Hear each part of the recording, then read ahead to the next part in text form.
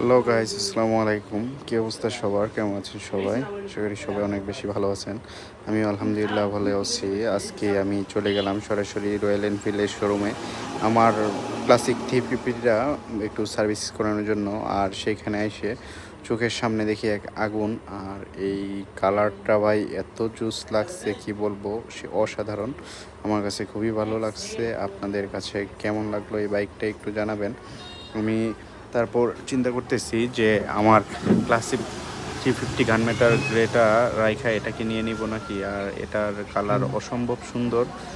আর বাইকটা আমি একটু চারপাশ ঘুরে দেখলাম, দেখি যে না, ওয়াও, জুস, অসাধারণ একটি বাইক।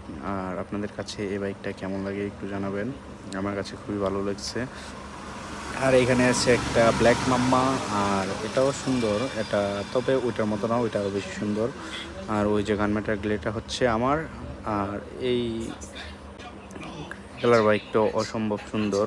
ঘুরে আশেপাশে দেখলাম যে না, খুবই ভালো কিছু কালেকশন আসছে। আপনারা যারা যারা নরসিংদীবাসী আছেন, রয়্যাল এনফিল্ড যাচ্ছেন, ওরা এখনই শোরুমে চলে যান। অসম্ভব অসম্ভব সুন্দর সুন্দর বাইক আছে। আর মামুন এখানে বলতেছে যে না, এটাই বেস্ট।